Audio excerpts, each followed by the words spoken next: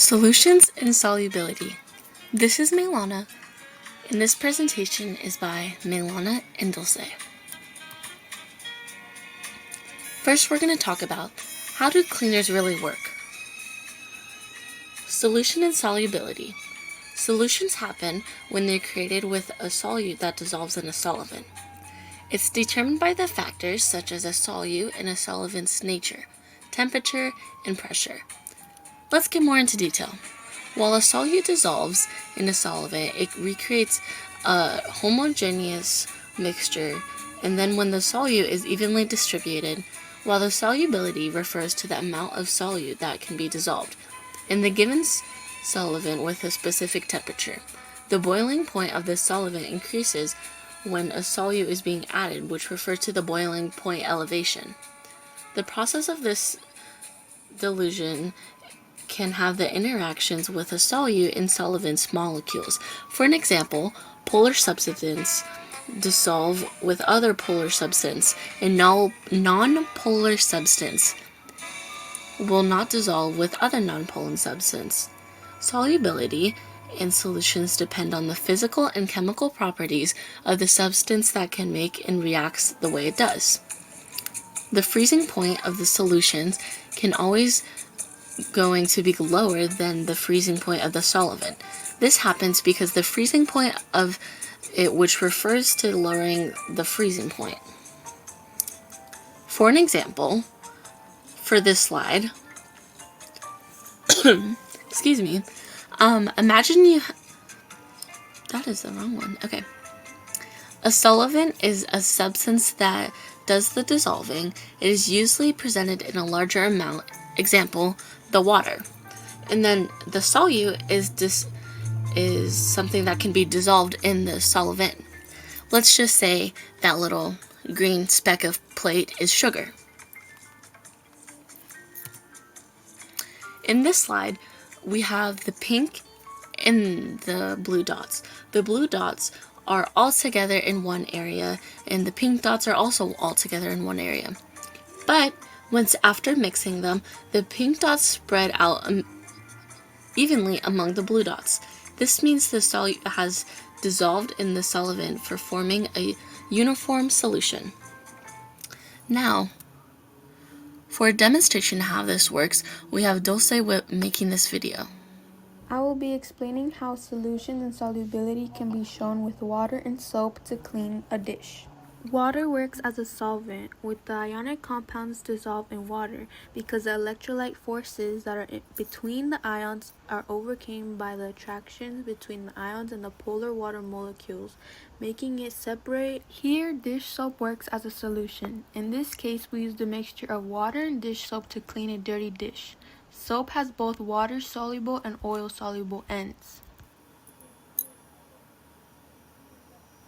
Right here, I'll be using soap and water to get the stain off the plate. As you can see, after a couple scrubs, the plate is all clean again. And this shows how soap and water can relate to solutions and solubility.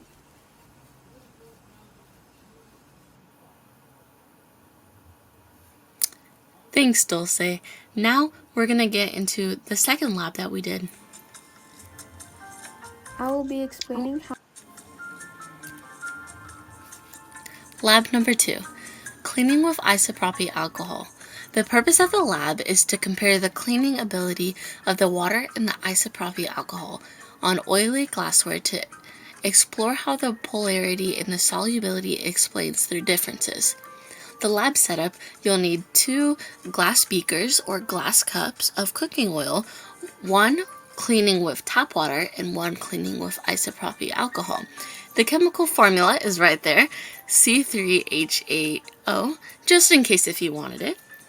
And we're going to see the residue was visually compared after the rinsing. Thank you, and hello, this is Milana, and I'm going to be explaining this lab. So first, I poured vegetable oil in both the glass cups, and now I'm swirling that all around the sides to make sure both the glass cups have the equal amount of oil along them. Wow!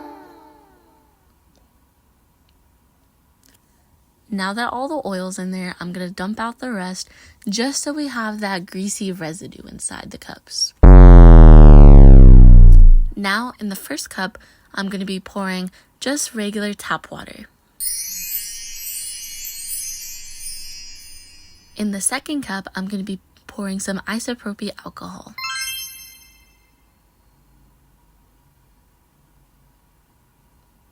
First, we're going to try the water. See how it reacts with using a sponge and the sponge and the water cleaning it.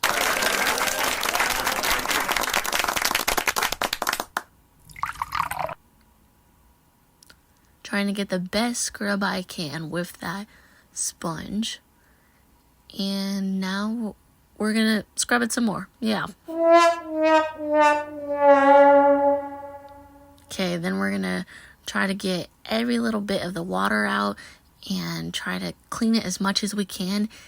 And there's some white residue inside of the cup, which meaning that there's still some oil and residue inside of that glass.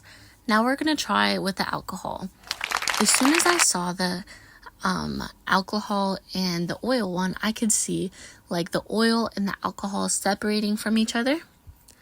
And I gave that one a light rinse with it inside.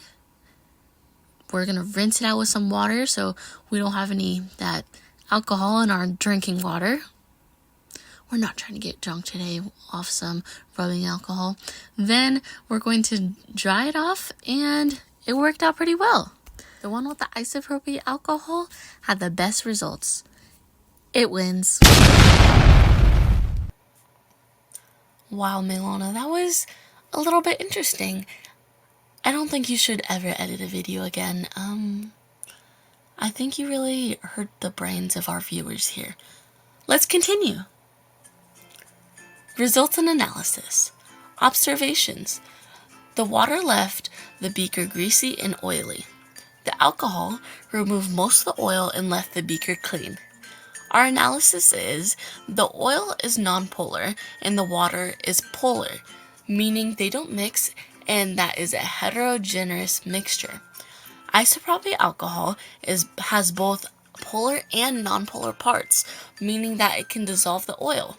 This creates a heterogeneous mixture where the oil is evenly distributed and no longer visible. The alcohol, it acts as a solvent and the oil as a solute. Now, I know how you guys are feeling right now. This is exactly how you're feeling.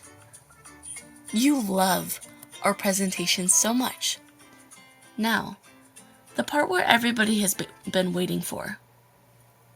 The conclusion. The explanation and conclusion. The explanation of what really is happening. Polarity determines whether the substances can mix. Solubility is about how well one substance dissolves with another. Isopropyl alcohol is effective because its mixability with the oil. Water is not mixable with oil, so it leaves a residue. Our conclusion is that isopropyl alcohol is better at cleaning oil due to its ability to dissolve nonpolar substances. This lab demonstrates how polarity, solubility, and mixability helps our everyday chemistry. These concepts are key for cleaning medicine, chemistry, and beyond. Thank you for watching, guys. Have a great afternoon.